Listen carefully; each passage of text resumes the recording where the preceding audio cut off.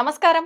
Welcome to I dream. ధర్మ మార్గం with Vijitha కార్యక్రమానికి స్వాగతం. ప్రస్తుతం మనతో పాటు ఉన్నారు ప్రముఖ ఆధ్యాత్మికవేత్త, జ్యోతిష్య పండితులు సుభాష్ శర్మ గారు. ఇప్పుడు వారితో మాట్లాడి మరిన్ని విషయాలు తెలుసుకుందాం. నమస్కారం గురుగారు. శ్రీమాత్రే నమః. గురుగారు, ఏ పూజ చేసినా మొదటగా వినాయకుడికి పూజ చేస్తూ ఉంటాం. ఆయన కోసమే ప్రత్యేకించి ఏదైనా రోజు పూజ చేయాల్సి వస్తే గనక ప్రతి నెలలో మనం సంకష్టహర చతుర్థి రోజు ప్రత్యేకించి ఆయన కోసమే పూజా విధానం ఆచరిస్తూ ఉంటాం. అయితే కొంతమంది ఎప్పటికప్పుడు ఆ రోజే పూజా విధానం ఆచరించి ఉపవాసం ఉండి చేసుకునేవారు ఉంటారు. దాన్ని వ్రతంగా కొన్ని నెలలు, సంవత్సరాల పాటు చేసేవాళ్ళు ఉంటారు. అయితే ఏ విధంగా చేయాలి ఈ సంకష్టహర చతుర్థి పూజా విధానం? ఈ మాసంలో ఏ రోజున వచ్చింది? తప్పకుండా తెలియజేస్తున్నాం. ముందుగా ప్రేక్షకులందరికీ శ్రీమాత్రే నమః, శ్రీ గురుభ్యో నమః. ఓం గణానాహం త్వా గణపతికం భవామహే కవిం కవీనాముపమష్టవష్టవం జ్యేష్ఠరాజం బ్రహ్మణాం బ్రహ్మణస్పద ఆనశృణవన్నోతిభిः సీదసాదనం. శ్రీ మహాగణాధిపతయే నమః. గణపతికి ఒక ప్రత్యేకమైనటువంటి పేరుంది. ఏంటి అంటే విఘ్నములను దూరం చేసేటటువంటి వాడు, విఘ్న నివారకుడు అని పేరు. అంటే ప్రతి మనిషి జీవితంలో ఎన్నో రకాలైనటువంటి ఆటంకాలు ఇప్పటి నుంచే కాదు, కృతయుగం నుంచే ఉన్నాయి. కృతయుగం నుంచి మొదలుకుంటే గనక త్రేతాయుగం, ద్వాపరయుగం, కలియుగం. కలియుగానికి వచ్చేసరికి మనిషి ఏది మొదలు పెడదామనుకున్నా కూడా విఘ్నాలు లేకుండా ఏ పని కూడా పూర్తి కాదు. ప్రతి ఒక్కదానికి ఏదో చిన్న విఘ్నమో, మాట విఘ్నమో, లేదంటే డబ్బు విఘ్నమో, లేదు అంటే ఇతర విఘ్నాలు ఏవో ఒకటి జరుగుతూనే ఉంటాయి. కాబట్టి విఘ్నాలకు అధిపతి అయినటువంటి వాడు విఘ్నేశ్వరుని ఆరాధించడం ద్వారా విఘ్నములు దూరం అయిపోతాయని శాస్త్ర ప్రతీకగా చెప్పడం జరిగింది. కాబట్టి విఘ్నాలను దూరం చేసేటటువంటి వాడు కాబట్టి శాస్త్ర ప్రతీకగా చెప్పడం జరిగింది. అలాగే విఘ్నేశ్వరుని ఆరాధించడం అనేటటువంటిది కేవలము నెలకొకసారి వచ్చే సంకష్ట చతుర్థి నాడే ఆరాధిస్తే విఘ్నాలు దూరం అయిపోతాయని ఇది కాదు. నిజంగా ఈ కలియుగంలో మనం ఆచరించాల్సింది ఏంటో తెలుసా అంటే, ప్రతి ఒక్కరి జీవితంలో ఉదయం లేచినప్పటి నుంచి రాత్రి పడుకునేంత వరకు ముగ్గురు దేవతల యొక్క స్మరణ చేసుకోవాలని శాస్త్ర ప్రతీక. ఒకటి శివుడు, రెండు గణపతి, మూడు సుబ్రహ్మణ్య స్వామి. ఈ ముగ్గురు దేవతలను ఎవ్రీడే ఒక్కసారైనా సరే మనసులో తలుచుకుంటే చాలు అని చెప్పేసి శాస్త్రవచనం. లేదు అంటే శివాయ నమః, లేదంటే గణపతయే నమః, లేదంటే సుబ్రహ్మణ్యాయ నమః అని మూడు కాలాల్లో ఏదో ఒక సమయంలో ఈ మూడు పేర్లను తలుచుకుంటే చాలట. ఎన్ని విఘ్నాలున్నా కూడా అన్నిటిని పటాపంచలు చేసేటటువంటి నామాలు ఈ మూడు నామాలట. అలాగే ప్రత్యేకంగా నెలకు ఒకసారి వచ్చేటటువంటి సంకష్టహర చతుర్థి అంటే ఏంటి అంటే, కష్టములను దూరం చేసేటటువంటిది, అలాగే పాపములను హరింపజేసేటటువంటిది, విఘ్నేశ్వరుడి యొక్క సకల విధములైనటువంటి అనుగ్రహాన్ని మనం అందిపుచ్చుకునేటటువంటిది సంకష్టహర చతుర్థి అని చెప్పడం జరిగింది. అంటే ప్రతి ఒక్కరికి, ప్రతి ఒక్క దేవతలకు వారి వారి యొక్క స్థానాల్లో ప్రత్యేకంగా పూజించాలి అంటే, శివుడికి శివరాత్రి ఎలాగో, విష్ణుమూర్తికి వైకుంఠ ఏకాదశి ఎలాగో, విఘ్నేశ్వరుడికి సంకష్టహర చతుర్థి అలాగా. మనకు సంకష్టహర చతుర్థి అంటే జీవితంలో మనుషులకు ఎన్నో కోరికలు ఉన్నాయి. ఆ కోరికలు నెరవేర్చుకోవడానికి పర్టికులర్గా మనకు ఒక భగవంతుని ఆశ్రయించాలి. తొందరగా సులభంగా వరాలు ఇచ్చేటటువంటి భగవంతుడు ఎవరైనా ఉన్నారంటే అది విఘ్నేశ్వరుడు.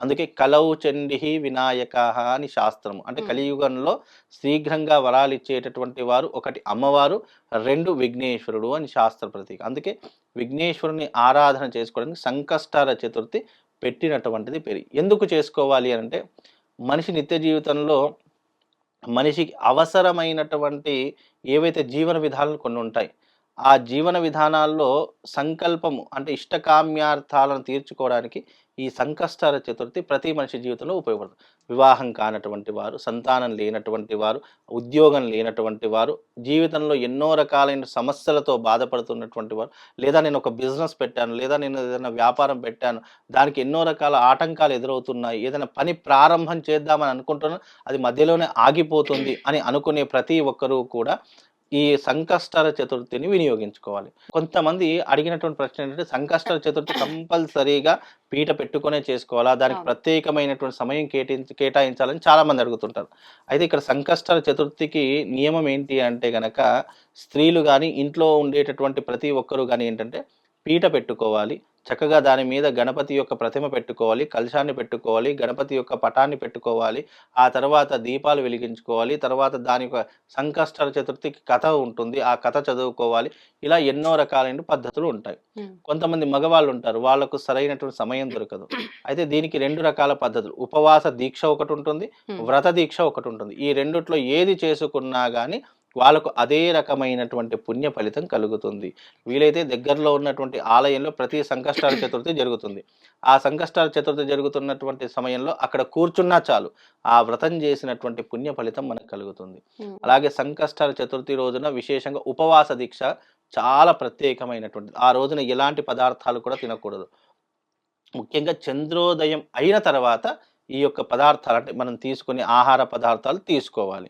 కాబట్టి ఈ యొక్క నెలలో మనకు ఈ యొక్క సంకష్టహర చతుర్థి అనేటటువంటిది విశేషంగా మనకు చిత్తా నక్షత్రయుక్తంగా రావడం జరుగుతుంది. అయితే చాలామంది పొరపాటు పడుతూ ఉంటారు. ఈ యొక్క సంకష్టహర చతుర్థి అనేటటువంటిది ఏ రోజున జరుపుకోవాలి అనేటటువంటిది. మన సంకష్టహర చతుర్థి వచ్చినటువంటి సమయము చంద్రోదయం, అంటే మనకు పూర్తి చంద్రుడు ఎప్పుడైతే ఉంటాడో ఆ పూర్తి చంద్రుడు ఉన్నప్పుడు చవితి తిథి ఎప్పుడైతే ఉంటుందో అదే రోజున చవితి జరుపుకోవాలి.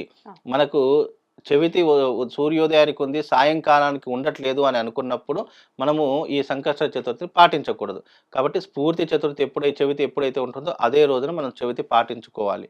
కాబట్టి ఈ యొక్క చవితి యొక్క ప్రధాన ఉద్దేశం ఏంటి అంటే విఘ్నేశ్వరుడి యొక్క ఉపనయన సంస్కారంలో ఎన్నో రకాలైనటువంటి ఆటంకాలు వచ్చాయి. అప్పుడు దేవతలందరూ కూడా విఘ్నేశ్వరుడికి వరం ఇస్తారట.